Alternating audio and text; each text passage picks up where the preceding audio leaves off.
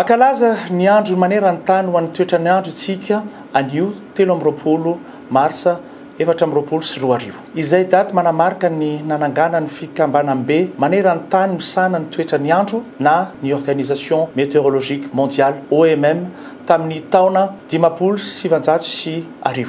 Lohalaharana amin'ny hetsika mahakasika ny toetrandro. Zay no lohahevitra ny voizina anatin'ny farakalazana amin'ity taona 2024 ity. Tsy afa-miala amin'ny vaovao mahakasika ny toetrany andro avy amin'ny sampandraram-pirenena misana ny toetrany andro isika.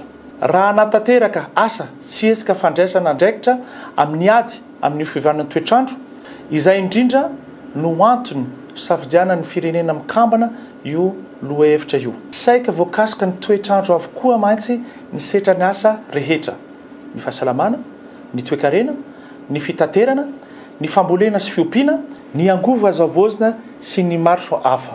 Dia mila antotanisa, antotakevitra sy antotam-baovao mikasika ny toetrandro, ny toetaona sy ny toetrany rano avokoa, izay vao afaka manapa-kevitra amin'izay fepetra ho raisina. Mametraka fanamby lehibe arak'izany Ministère ny Fitaterana sy Famantarana toetrandro amin'ny alalan'ny foibe famantarana toetrandro anolotra vokatra avolenta, marina sy azo etikisana ho iarovana ny aina sy ny antom-pivelomana ny mpolina. Iara-malala fa efa miatra ary tsy azo ialana intsony ny fiantraikan'ny fiovanan'ny toetrandron'ny andro eto amin'nositsika ity. Raha tsy ilaza afa-tsy ny hafanana miopapana, ny orana mimahery vaika, ny haitany sy ny tondran-drano izay miamafy hatrany. Ho an'ny Madagasikara dia niavaka ny fanamarihana tamin'ity taona ity satria dia nanao hetsika lehibe nitanterahantsika teny amin'ny parvis lapan'ny tanàna ny Antananarivo, nanomboka tamin'ny 1 marsa ka hatramin'ny anio 13 marsa 2024 itsika. Nisy fampirantiana sy ny famelabelarana samby hafa na raha ny ady hevitra izay nahafahan'ireo mpisehatra nampafantatra ny asa sy ny andraikitra ny rehetra manoloana ny fiovanan'ny toetrandro.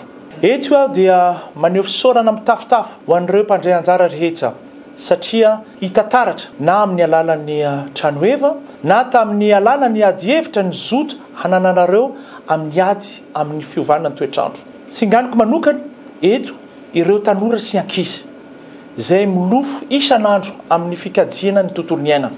Ararotsiko ihany koa ny misaotra ireo mpiara-miombonantoka ara-teknika sy ara-bola ka navitana iny hetsika iny. Tonona etona ny fiara-miasa tamin'ny gouvernemanta Alemana, page GIZ sy ny GIZ Prada sy ny fianakaviam-be ny firenena no mikambana, ary koa ireo samby hafa tsy voatanisa.